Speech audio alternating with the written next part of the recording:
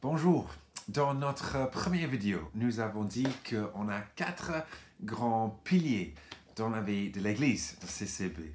L'adoration, les relations, la formation et la mission. Que ces 4 aspects dominent tout ce que nous faisons en tant que communauté. On a dit aussi qu'on a 6 grandes valeurs, 6 valeurs principales. Je vous ai montré ce drôle de bonbon très sucré qui a des paroles écrites à chaque bout, les 2 bouts du bonbon, mais aussi quand on coupe le bonbon, on trouve les mêmes paroles, les mêmes mots partout. Et on veut le même avec ces 6 valeurs principales. Là où on coupe la vie de l'Église, on trouve ces 6 valeurs. On a parlé de la grâce, de l'humilité et de la générosité. Dans cette deuxième vidéo, on va voir la deuxième 3. Les 3 autres qui suivent. D'abord, le numéro 4, c'est la valeur du service. La valeur du service. Comme toutes les autres valeurs, ceci est une valeur qui se trouve bien sûr au cœur de la nature de Dieu et qui est révélée d'une façon la plus profonde à travers la personne de Jésus-Christ, son incarnation et sa mort. Dans le livre d'Ésaïe, dans l'Ancien Testament, Ésaïe voit que le peuple a plein de problèmes, mais il voit qu'un jour viendra quelqu'un pour sauver le peuple, pour résoudre ses problèmes. Il voit qu'un Messie sera royal et il va venir changer le futur du peuple de Dieu, un roi Messie. Mais d'une façon surprenante et parfois choquante, Ésaïe voit aussi que ce roi Messie qui viendra, ce roi sauveur, sera un serviteur souffrant, même un serviteur mourant. Et quand on arrive au Nouveau Testament, on voit que ce serviteur mourant, ce serviteur souffrant est bien sûr Jésus. On voit que Jésus a vécu une vie de service auprès de ses disciples, auprès des hommes et des femmes autour de lui. On voit Jésus qui lave les pieds des disciples, qui dit à ses disciples, ceux qui veulent être le premier doit être le serviteur de tous. On a vu bien sûr que Jésus est allé à la croix comme un acte, un geste de service à toute l'humanité. Quand on arrive aux lettres du Nouveau Testament, on voit Paul qui parle souvent du service. Et même, il se décrit lui-même comme un serviteur de Jésus. Et souvent, il se présente quand il écrit ses lettres comme un serviteur de Dieu. Par exemple, le début de la lettre de Philippiens, nous lisons Paul et Timothée, serviteurs de Jésus-Christ. Salut tous ceux qui sont à Philippe, les serviteurs de Jésus-Christ. Ce mot serviteur, employé par Paul ici, c'est le mot grec doulos. Et le mot doulos veut dire, on peut traduire comme avec le mot serviteur, mais vraiment c'est un mot qui veut dire esclave. Un esclave, c'est quelqu'un qui appartient à quelqu'un d'autre. Et donc Paul, il se présente comme un doulos de Jésus. Il appartient à Jésus. Et il nous encourage d'être les doulos de Jésus, ceux qui appartiennent à Jésus, qui se donnent une vie de service pour Jésus, vécu dans le contexte de la famille de Dieu. On est appelé d'être des serviteurs, des doulos de Jésus. Le service devrait être au cœur de la vie de la communauté chrétienne. Il y a souvent 2 façons de vivre le service. Il y a 2 dynamiques, de catégories de service, on peut dire. Il y a un type de service, on sert dans un domaine et on aime servir dans ce domaine. On trouve notre bonheur dans ce domaine parce que ça correspond à nos passions, à nos dons. Et on se donne à ce domaine de service avec joie et plaisir. C'est super, ce domaine de service. Merci Seigneur. Il y a une deuxième catégorie de service, et c'est là où on sert dans un domaine où on ne trouve pas nécessairement notre grand plaisir, notre grande joie, mais on a déjà accepté qu'on est un doulos de Jésus, alors on va servir dans les domaines, même si ce ne sont pas des domaines qui sont les domaines qui nous passionnent. Il faut les 2 catégories, les 2 aspects de service dans la vie de l'Église. En termes pratiques, il y a 1001 façons de servir dans la vie de CCB. En semaine, hors des réunions, dans les réunions, il y a beaucoup de façons qu'on peut servir les uns les autres. Juste le dimanche matin, on peut servir auprès des enfants, auprès d'accueil, la sono, la musique, la préparation de la salle, la préparation des repas, le rangement après. Il y a beaucoup de façons de servir le dimanche.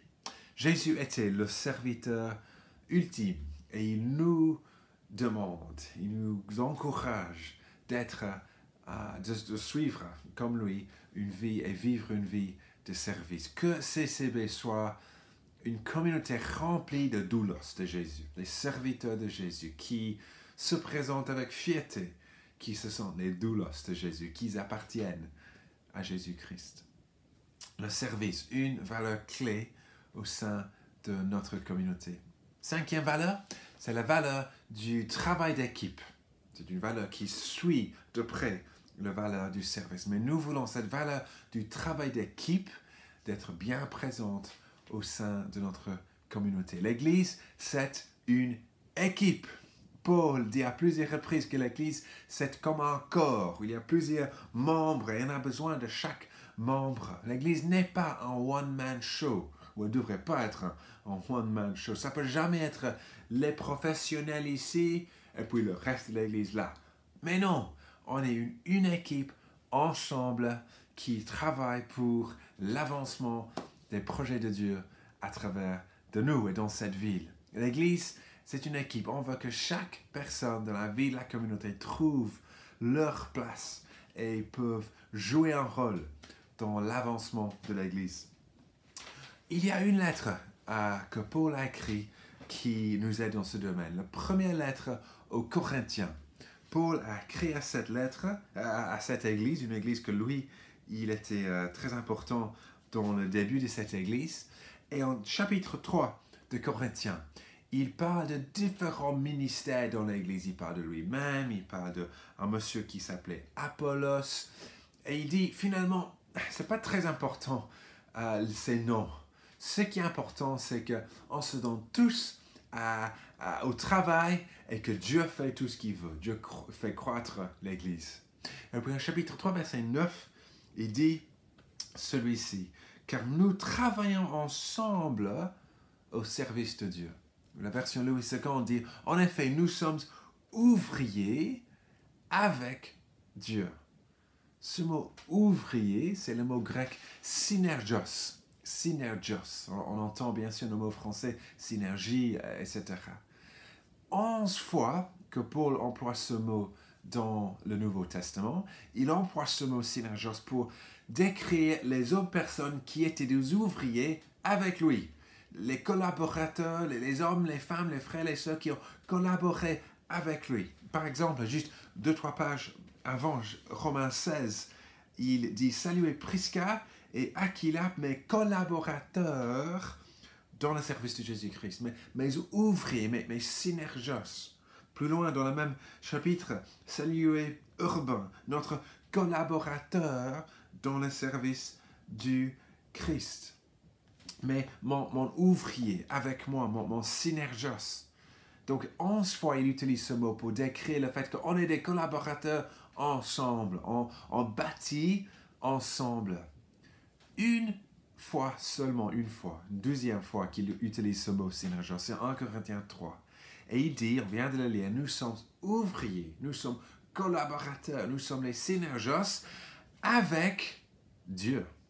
C'est la seule fois que Paul emploie ce mot pour dire qu'on est des collaborateurs de Dieu. On est des ouvriers avec Dieu. C'est comme Dieu dit à chacun d'entre nous, « Hey, je veux que vous collaboriez avec moi, que tu sois un ouvrier avec moi. » Quel privilège d'être un ouvrier avec Dieu, ainsi qu'avec les uns et les autres. On est tous censés être un ouvrier, un collaborateur, un bâtisseur dans la vie de l'Église. C'est comme Dieu nous veut donner tous un casque de construction. Il nous dit à chacun d'entre nous dans la vie de l'Église, « Hey, prenez cette casque, portez cette casque. Vous pouvez être un ouvrier avec moi, Dieu dit, pour collaborer avec vos frères et vos sœurs. Au sein de le cœur de notre Église, en tant que responsable, c'est que CCB soit une Église où chacun porte une casque. Chacun retrousse les manches pour se donner à la vie de la communauté. On est un vrai travail d'équipe. On veut que chacun prenne un rôle, que chacun trouve leur domaine pour servir et donner, pour contribuer à la construction de cette communauté. Une construction qui a Dieu comme grand entrepreneur, mais une construction où Dieu nous invite à participer. On est une équipe. Le service, le travail d'équipe, la sixième et la dernière valeur pour nous, c'est la valeur de l'hospitalité. Nous aimons beaucoup cette valeur. Pourquoi? 3 raisons. D'abord, c'est une valeur comme les autres qui reflète le cœur de Dieu. Dieu a ouvert ses bras à chacun d'entre nous pour nous accueillir dans sa famille. Alors nous voulons être une église qui ouvre les bras bien grands pour accueillir d'autres, pour faire partie de la famille de Dieu. L'hospitalité se trouve au cœur de notre Dieu.